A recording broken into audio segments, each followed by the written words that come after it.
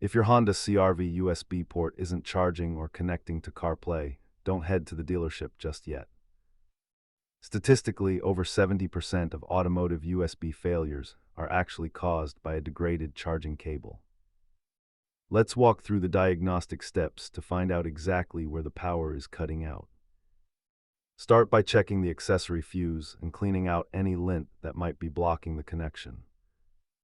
Hardware issues often boil down to a loose harness behind the dash or a simple blown fuse.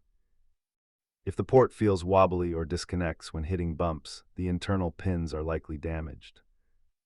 Most owners can solve this with a fuse or a reset, but broken pins will require a part replacement. While a fuse costs pennies, a dealership visit for labor can easily exceed $100. If you need to replace the port, use a plastic pry tool to avoid scratching your dashboard trim. Keep a set of plastic pry tools and spare fuses in your glove box for quick interior repairs.